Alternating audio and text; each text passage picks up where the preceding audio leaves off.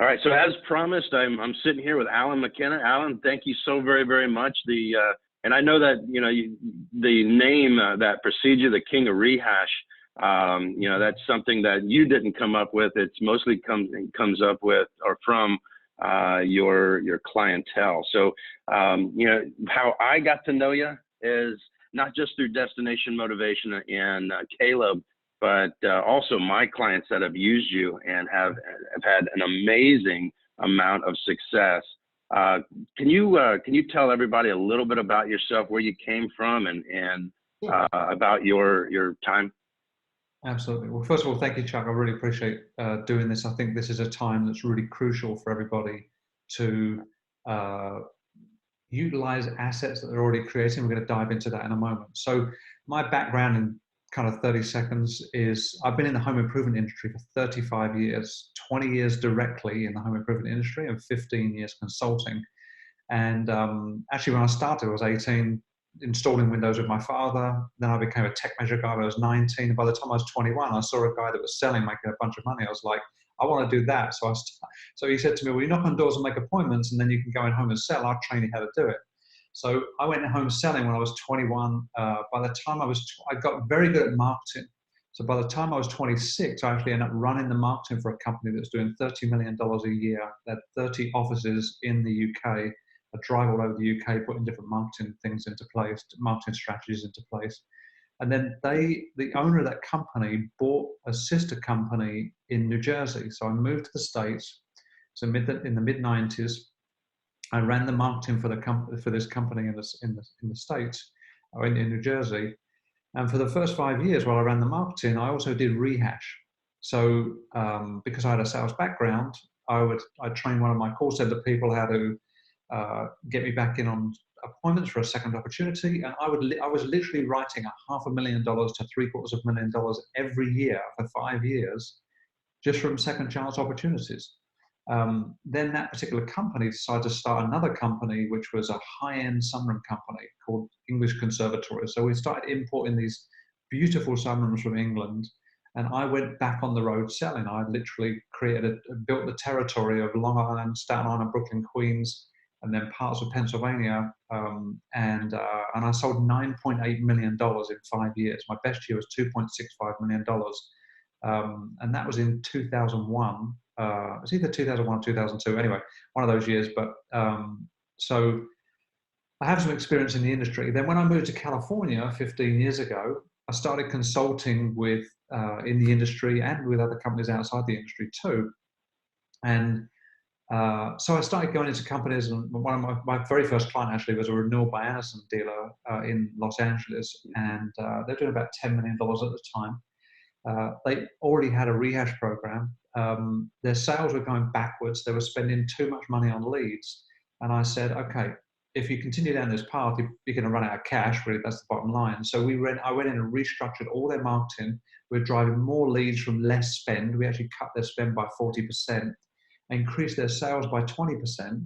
But the one thing that was a magic bullet was Rehash, where we took their Rehash. They already had a Rehash program. They were doing $44,000 a month, and I took it to $200,000 a month, because the systems, the structures, the scripting, the offer that makes that possible is really what's enabled it to be a magic bullet for a lot of companies. So, fast forward now, 15 years, I've been consulting in many different industries, but the home improvement industry too. And I've been putting a lot of rehash into companies, like not so much going in and consulting, although I've been doing that with companies too, but just putting the Rehash program in, where we literally go in and find money in the assets that have already been paid for, within the leads that have already been paid for, and drive a substantial amount of revenue. Companies that are driving an additional $50K a month, $75, $100, $150K, $200,000 a month in Rehash revenue from leads they've already paid for, even when they've tried Rehash or whatever it might be before. But that's not the only area. There's other areas, as you know, where people have paid for these assets, leads, which are super expensive. I'm speaking to companies. I've spoken to so many companies in the last week just because of this whole situation. They're all looking for leads. I'm like, yeah, what do I do? I've got companies that are paying from $125 a lead all the way up to $600 a lead. It's like, well, $600 a demo, should I say. And that's a lot of money. And when you consider that the average company has probably got a 30% close rate, 35% close rate, 65 to 70% of those are not being sold. When you work out the amount of money that's not producing a return on investment, it's huge. So I have been helping companies consistently go and retrieve revenue from these assets, and it becomes a win for everybody. So anyway, that's a kind of a long, short introduction. Well, what I want to share with the people that watch this before we get into the nuts and bolts is, what are some of the numbers? And I've heard some staggering numbers, not only from my clients, but from some of these other big window companies and that kind of thing. I mean, I've heard in the realm of hundreds of thousands. We have a company in Atlanta, a bath company in Atlanta, that brought you in, and in the first month they were over $60,000. A small bath company, $60,000 in Rehash. It was $106,000. It was $60,000 in the first 2 weeks of January, and it ended up being. That's what it was. You're right. Ended up being $106,000 in the month, and the guy was like, he thought he was going to have a terrible January. He thought it was going to be like a real cash flow crunch and everything else, but it just turned the dial, and it was like, hey, this whole thing transformed overnight by utilizing those assets. And here's the crazy thing, Chuck. I would say that 75% of those sales were actually sold over the phone, right? The second chance opportunities were sold over the phone. They've got such a good person down there, this lady, she's just phenomenal. And she is able to close people over the phone, do digital contracts, and pick deals up. Now, why is that important? Because why is that important right now in this environment? Some people don't want people to come back in the home right now. They're like, okay, this is going to blow over in 6 weeks, 2 months, whatever it might be. If I can take advantage of something and I can sign a digital contract, then great. You haven't got to come and see me. I'm not putting my home, my family at risk and all this kind of stuff, blah, blah, blah, blah, blah. Or there's certain situations, like right now in San Francisco, it's a lockdown. I'm speaking to people up there. They're like, we can't even run the appointment until April 7th. It's like, okay. So what's the opportunity? Where is there an opportunity to be able to still drive revenue, but in this current craziness environment, which is something that none of us have, I don't believe any of us have ever seen before, especially on a worldwide scale, and to be able to do that. And literally, I have another company, they also happen to be a bathroom company, they're in the Midwest, and they have driven $1.5 million in 10 months in rehash and saving cancellations, by the way, because the systems I have helped save cancellations. But I would say of the 1.5 that they've driven, probably about $1 million has been literally sold over the phone. And I'm talking about $18,000 contracts, $20,000 contracts. So it's sold over the phone, digitally signed, and it's a done deal. So anyway, they're the kind of things that we're achieving right now. Right. And so before we get into this, and I want everybody to know that this is not the rehash that we've learned over the last 10 years of, we're trying to fill our trucks. I've got just enough space. I'd like to put I'd like to put your stuff, because that's what we've been taught. And I've had so many people even come to me, and even the rehash that I have done and a lot of the companies I've been with, that's kind of what that's what we've had to come back to. And, it's been very, I would say, okay. People would come back, and it was only because we were throwing price in there. And yes, of course, every now and then we can upgrade, but the system that you have, let's break this system down. So when you look at rehash, how do you look at rehash when you can stand over top of it and move all the pieces and parts around? How do you systemize your system? Sure. So there are 5 key elements to the way that we do rehash. The number one thing is, you need a compelling offer and a compelling script. Now, a compelling offer doesn't mean you're calling anybody up and you're telling them anything about dollar amount off or percentage off or anything like that. But it's a way that an offer is positioned that ends up getting people to say, wow, I would really like to take advantage of that. Now, this company, this client of mine that's done 1.5 million in 10 months, they've only given away 3% from the original bid. Across all the sales of 1.5 million, and their average ticket is about 18 grand, they've only given away 3%, right? So some deals they're actually making more money on, and I'll explain how that works in a moment. So the number one thing is you've got to create a compelling offer that is believable but it's genuine. It's a genuine, compelling offer. Then you need a script for your call center person to be able to convey that. But the script needs to be very customer service orientated. So we tend to start out by asking a series of questions because we want to find out there's more than the benefit of just picking up additional revenue from Rehash. There's finding out what got missed in the home.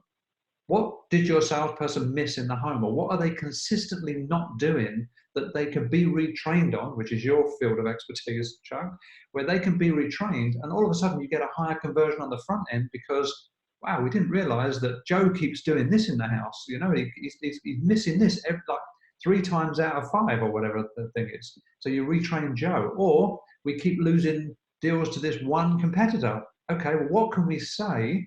Not to badmouth the competitor, but what can we say to add more value to our client that overcomes that objection, and we're not going to ABC Windows down the street or whatever it may be. So that's the number one thing is the script and the offer. Then the second thing is the lists. So some people just think about rehashing like, you know, what happened last week or the last month. We rehash for 12 or 24 months worth of leads, okay? So you can write a compelling email and a compelling direct mail letter that is in alignment with the script that you have for your call center person, and you start sending that out in blocks to people, in blocks of times. You might go back to January, February, and then you're going to go back to December and November, and keep going back in blocks of time, and you mail and you call, and you mail and you call, and those different touch points enable you to get a higher response rate from there, and people have already got something in front of them that they can kind of they understand what the conversation is potentially going to be about. Then the third thing is to align the salesperson with the call center script, the email and the direct mail messaging, and how they are going to present that offer in the home, and how they're going to make sure that everything's cohesive. Because the more consistency there is, the more trust there is built, the higher the conversion. And just to give you some numbers here, I'm going to break down some numbers. If a call center person with the right script was given 100 contacts or 200 contacts to make, 200 contacts to call, right? 200 demo, no sales.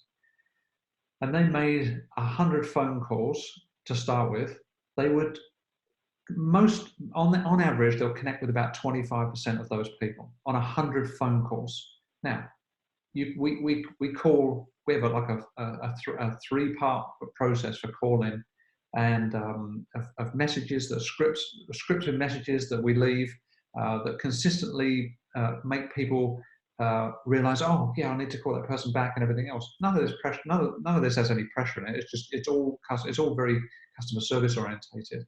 But we get a high response by the time we get to message 3 because of the way that it's structured. So we start calling back those those lists in blocks of time, and book an appointment from there.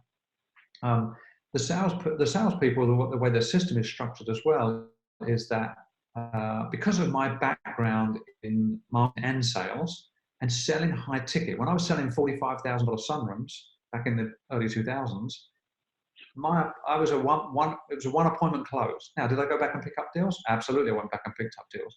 But for the most part, it's a one appointment close. And I'm actually using the offer that I used to use in the home as part of the Rehash offer that I train into companies, which is what is so successful, that enabled me to sell $9.8 million in 5 years. Now, one of the things that I got really good at was presenting payments, and I know that you're a big fan of presenting payments because it's all about affordability. The price is one thing, but affordability is really where everything's at. So we also trained into the salespeople just this a small way to present money. Like we've got the rehash script, so everything's cohesive with everything else, with the other conversations that have been having, and then just this one small thing around money, how to present payments, that clinches the deal, which enables us, which comes bringing back to the numbers. So 25% we connect with for the most part, and then outside of that, 25% of those people, if we've got people that are really using the script, will get, and the system, by the way, will get a 35 to 40% close rate. Not close rate, connect rate. Then from that, with the appointments that get set, now 15 to 20% of people will set an appointment from the people that you connect with. Now of that, we are getting on average a 50% close rate. And then some people are getting a 70 and 80% close rate on these second chance opportunities. Why? Because you've already built rapport. They already have a trust for the company. If they're letting you back in for a second opportunity, they're already built. They've got a second. They've got that rapport and that trust with the company to want to take that step. But if they're letting you back in the house, it's like, what's the chance of not getting a deal? And providing it's presented correctly and the payments are structured in a way that bank people go, well, okay, well, you might still be $1,000 more than the next guy, but if I can do this for X number of dollars a month, then great. It's only really costing me like $5 more than someone else anyway. Then that's what kind of clinches the deal.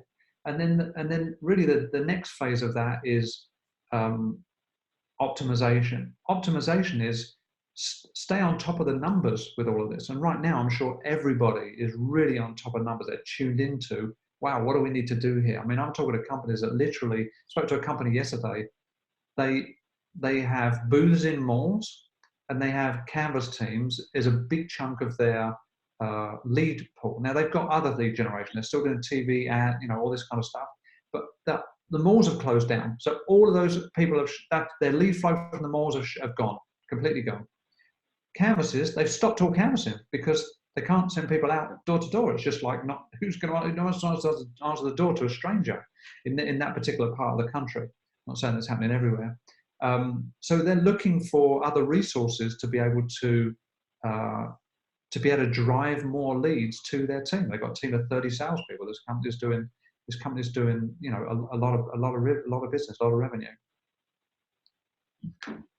So let me ask you, with our company, Bullet Roof, we do a lot of canvassing, and right now we're still canvassing, and we get we've had a few people that have gotten a little upset in certain neighborhoods. So let's say that we had to pull back on our canvassing, which we won't, but let's say we had to pull back on our canvassing. We have all these canvas leads, and I will tell you, we have hundreds of them that are, so we have leads, we have prospects, which are people that we've gotten contingencies with, which means that they've agreed to allow us to work with their insurance company.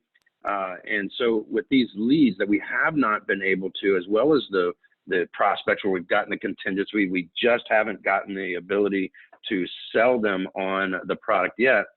What would you tell us? What kind of advice could we use right now inside of this this time that we're having at the moment? What could we do with those leads? You're saying with the leads that are on contingency? The leads that are contingency, even the ones that we don't, just we have the information, we have their phone number, we have their email. Absolutely. So it's a great question, Chuck, because other than just demo no sales, we all know there are other pools of leads that aren't tapped into. So I look at three different pools of assets. Okay, there's the demo no sales. By the way, they are the easiest and the fastest leads to sell. Literally, you can start making sales tomorrow from those leads, okay? Because they're already in motion with something. The second pool of leads are leads that never got worked. So there's leads that literally canvas teams went out, they got, the appointment got set, the appointment got cancelled. If they bring 100 appointments back, doesn't mean the 100 demos are going to happen, or 100 sits are going to happen. So typically it might be somewhere 65, 70%, somewhere in that range, and there's a whole bunch of leads that go back in the CRM. And a lot of companies don't really do too much with that because they've got so much more lead flow. The leads keep flowing, that they're like, that 35% of leads that didn't go anywhere last week, whatever, they just keep mounting up in the CRM and no one does anything with it. So there's ways to go back to those people to make offers to bring them back into the fold and to have a second opportunity with that. And again, you've already got an element of rapport. They don't have as much rapport as the people you've already given a bid or an estimate to, but there's an element of rapport there. They already know your company name. They've already had some kind of contact with you. Or they remember at some point they booked an appointment with you, and that's a great pool of leads to work. In fact, one of my clients, and this isn't through things that I do with them, but what they do generally, I mean, they literally are on all of those leads. They tell me that they produce about 20% of revenue from leads that cancelled or leads that were never worked, because they just regenerate those leads all the time. And by the way, just stepping back to Rehash for 1 second, in my experience personally of doing Rehash, and then my experience through all of my clients that we've driven tens of millions of dollars, by the way, of driving revenue from existing database, existing leads, is you'll get 10 to 20% additional revenue. So what that means is if you're doing 5 million, there's $500,000 to $1 million waiting to be collected out of that, of assets you've already paid for. Your fixed overheads are already covered anyway. This is all money that's on top of this. Now, in this time where things might be going backwards for some companies slightly, it's like this is a pool that you cannot ignore, because you're not saying I need to spend $250, $350, or $400 more a lead. You go, I've already got this asset. How do I work this asset? And the same with the leads that never got booked, the leads that never had a demo in the first place.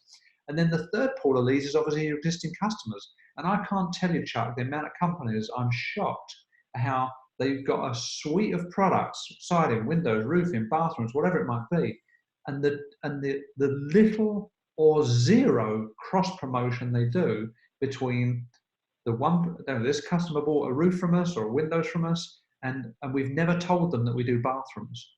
And the companies that tell me go, oh yeah, well, I had this conversation, and they say, yeah, it's really disappointing sometimes. Like we do a roof for a customer, and we'll drive past their house and we'll see they've got brand new windows being installed. And we go, we do windows, but they never communicated with that about what they did. They don't stay in touch with their existing customers. And again, they're the people you have the most rapport with for referrals, as you know, and for additional business, etc. And that's where these assets in this time are crucial to work with, absolutely crucial. Get people on the phone, do direct mail, do email, texting, all of that makes a huge impact on what's happening in this current time. And if you can, with the demo no sales, as I mentioned, if you can pick up deals over the phone, electronic signatures, lots of technology out there right now that makes all of that happen, then you can still be making sales and putting off the installation until such times that this whole thing kind of wanes and goes by. So would you be willing to just go through real quick, just an example, if people that watch this and say, hey, I want to try this thing out. I want to be able to send text messages and start making some phone calls so they can, and what would you tell them? What kind of script would you typically use, not just in a store market, but inside of a retail market as well? The bath guys, the window guys, what beginning, how can you get them started with a nice, easy, quick script so they can start using it through text or phone? They can start seeing that work, and then they can get a hold of you to complete the process. Sure. I mean, the script. See, I have a number of scripts, and the script can vary depending on the offer they're making in the house originally, because we never want to conflict with the original offer they're making in their house. But here's the point: doing something versus doing nothing is much better. Is going to yield results. So, and consistency is really where the magic. The magic is the magic formula here. So, or part of the magic formula. So create some kind of compelling offer that doesn't conflict with what you've already got in the home. Whatever that is for you as a company, whatever works in your given situation. But then train someone and get that one person in the call center to own this role. Don't try and get 10 people in your call center doing it. Depending on the size of the company. If you're a big company, you might want to get 2 or 3 people doing it. But you know, a typical company that we work with, you just take one person, and it's not going to be a full-time thing for them. By the way, this is going to be something very part-time, but consistently. And by the way, another number, a metric for you, which I've tested over years and years and years. The ideal time to rehash is between 5 and 7 days. 5 to 7 days is the ideal time to rehash, because if you call too soon, it's like, well, why didn't you give me that price before? Or why didn't you make that offer before? Not necessarily the price, but why didn't you give me that offer before? And then if you call too late, then they could have gone with someone else, and most likely did go with someone else, because 60% of the people that don't buy from you end up buying from someone over the course of the next year anyway. So consistency is really key. So 5 to 7 days out, it's like, okay, we're going to rehash this call. We're going to call up. We've got this offer that aligns with everything to do with the company's culture, the values, and it doesn't conflict with the offer they're making in the home. And then honestly, there's a sequence that I do. Like we'll call 3 times. We'll call day 1, we'll call day 2, we'll call day 4, and leave messages until we get hold of someone. Day 4, typically someone's giving a call back, and they're going to say, "Oh, I'm so sorry to get back to you. This is what was happening," or whatever the situation may be. Now, whatever those messages are that you're leaving, you can send the same thing as a text if you wanted to. So that gets a response. So now you're dialoguing with people with text, and then ultimately is to dive back into your past leads and keep going back in 1, 2, or 3 month blocks of time, depending on the person who's going to be doing the calling, how quickly they can get to those people. Like, don't email 6 months of the people and then, you know, they're not able to call that person from 6 months ago until 4 weeks from now. They've completely forgotten about it. But just right now, maybe a good thing is just to go back in 1 month blocks of time. Go back to all the leads in February, do an email with an offer, get someone on the phone, call it every lead in February, blah, blah, blah, blah. Then go back to January and do that, and just consistently do that. But it's like doing it every single time, every single day. Now, one of the things, as you know, Chuck, that I created, because last year I found a challenge with Rehash, and the challenge was not that people weren't getting the result from it, but they couldn't either. A team member would leave, and then all of a sudden the thing would come to a halt, or they'd say, "Oh my God, we've got 4 weeks of home shows now," and they'd pull a person off Rehash, put them on a home show because someone that's doing the home shows left, or whatever the deal might be. Then the Rehash would come to a stop, and it'd be like, "Oh my God, this is one of the most profitable areas of business you have, because you've already paid for the lead, your fixed overheads are already covered, and the only small amount of money that you're giving away comes out of a salesperson's commission." And by the way, let me address that while we're on it. When a salesperson, some companies go, "Well, don't the salespeople get upset because they're giving away some commission?" Well, hang on a sec. You've got a call center person that's making a phone call, getting them back in the house to go pick up a deal. And if the average ticket was $15,000, a salesperson's going to make $1,500. Do you think they'd be upset going back and picking up $1,000 from a lead they've forgotten about? No. If I was in the industry right now and I'm a salesperson and someone said, "I've got 5 leads set up for you in the next 2 weeks. These are people that you've seen before, but you're probably going to have to give away some of your money, and you'll end up putting $1,000 out of each of these 5 leads." I go, "Send me on as many as you've got. Load me up. I'll go back and collect the money all day long." But there are some salespeople that get it in their mind and they go, "I don't know. I don't want to go back and give my money away. The company should give their money away." Well, right now, you know, especially in this environment, it's like, hey, I'll have a half a loaf all day than no loaf at all. You know, I don't want my kids to starve. I'll take the half a loaf. Thank you. You know. Anyway, so I digress.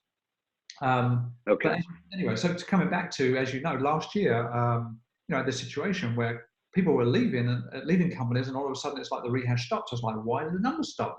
We produced like 300 grand in 2 months or something, and then all of a sudden it fell off of a cliff, or it went to a trickle or something. It's like, okay, the person left, or they changed the personnel, that person, whatever the situation was. So I created a service called Rainmaker, where literally we will follow up for you, phone, text, and email. We'll do all the heavy lifting. We'll just drive inbound inquiries to companies that enable them to be able to book the appointment or get on the phone and pick the deal up over the phone, or whatever it might be, but literally do the heavy lifting for you. Because again, right now, I'm finding situations as well where companies are saying, "Hey, we've got people that are getting sick and they're like quarantining themselves and stuff like that." So they're not, So all of a sudden, the staff's thinning out on its own. I spoke to a guy yesterday in San Francisco. He's like, yeah, if this person tests positive for coronavirus, we're going to have to like go virtual completely because they've been in the office in the last week. We're all going to have to quarantine for 14 days or something. Well, you need a service that can do that, that will run consistently, whether there's someone there or not someone there, or they're working from home or whatever the case may be. So that's why right now, and we were talking before we got onto recording this, that my calendar is full with people. We're doing this. It's 6 a.m. my time where I am right now, because literally my calendar is so full I couldn't find another spot for you and I to talk to in the space of the course of this week. So anyway, right. which is a phenomenal thing. And honestly, Chuck, here's what is dear to me in this whole situation, and it really, and I mean this genuinely when I say it hurts me.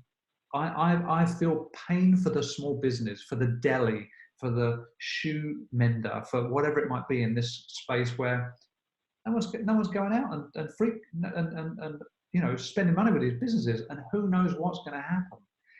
And in the conversations I've been having in the last week, and I'm speaking to a lot of people, because literally my calendar just got full up with companies that were, people like yourself that are bringing in conversations and pushing this out to networks and stuff like that. Even companies that aren't a fit for what I do specifically, and when I say they're not a fit, meaning they may not have the revenue to be able to cover something, or it might not be an ROI positive for them because of the size of the company they are. I always look to give them some kind of advice directly for their business to say, do this today. Go and get this piece of software, write this kind of email, send this today, make this happen. Because I want to add value to people. I want to see people get through this time. By the way, when I was living in Jersey and working for this home improvement company, I was selling these high-end sunroofs, $45,000 sunroofs. That's when 9/11 happened. I was 19 miles from Manhattan. I see the smoke, literally. 19 miles from Manhattan I lived, and the world came to an end in that part of the country. Now, right now, we're talking about this is all across the world, but at that time, it was like people weren't really interested in, they were interested in like, am I going to survive? And then the whole anthrax thing and everything else coming around. But the whole thing turned around. And but it's always about coming from a place of service and seeing what we can do to get people what they truly want, And it did actually turn out to be. It turned out that outside of that, just to give some people some perspective and maybe some hope on the other side of this whole thing, that because in that time, and again, right in that epicenter of where it all happened with 9/11, it's like it was such a huge shockwave because so many people died, that knew people that died from the towers and everything else, that everybody hunkered down, got into their own home, didn't want to go anywhere, etc. But what it did was all of a sudden people became, okay, well, here's what's important. I want to live and experience my life, and I've been now kind of in my home, and I realized, wow, I'd really like to change this about my home and that about my home, make my home more comfortable in some kind of situation, or more secure, or whatever it may be. And all of that made that industry boom. And literally that following year, I think, was my best year. Either that year or my following year was the best year, because it just shifted people's perspective on life. All of a sudden it was like, wow, I know what's really important to me. Not the $1,000 suit that I've got in the wardrobe and, oh, don't I look good, and the car that I'm driving, but my family and how we live our life in this home is what's really important. So that could be a potential what comes out the other side of this, with the way everybody is nesting right now, So anyway, well, so how can they get a hold of you so that they can get some time with you one-on-one? Sure. So you can go to my website, which is ultimaterainmaker.com. Or if you just want to book an appointment with me directly, you can go to smartnextmove.com, and that will take you straight to my calendar, smartnextmove.com, and that will take you straight to my calendar. But if you go to Ultimate Rainmaker, then you can see the different things that we do for companies, what we've done for companies that I've worked with specifically, and then you can connect with me through a form and stuff there, and we'll we'll see what we can do for you. And if we can't do anything for you, then I'll guide you in a different direction and say, look, here's a resource. But I've been, literally, in the last couple of weeks, I've been referring other people and saying, look, here's a resource for this, here's a resource for that, whatever it may be, or here's something you can do right now today to make something happen if what I have is not a fit for them. Because I want to see everybody at least sustain through these times and then come out the other side stronger versus weaker than it was before. You know, that's my commitment. Great. So whether they can use your services or not, you definitely have a lot of information that you can give them, and then you guys can decide from there. Okay, that's fantastic. Yeah. All right. Well, Alan, man, thank you so very much. I know it's early, and I wish you the best today. I hope that all the appointments today go well. I'm sure that we're going to fill your calendars even more. So I hope you're ready for it. Chuck, thank you. I really appreciate you doing this. I know that we both, love this industry. We support this industry, and do whatever we can to help people get through these times and make it even bigger out the other end. So, yeah, thank you, sir. I really appreciate it. You have a great day. All right, you too. Thank you. Thanks, Chuck.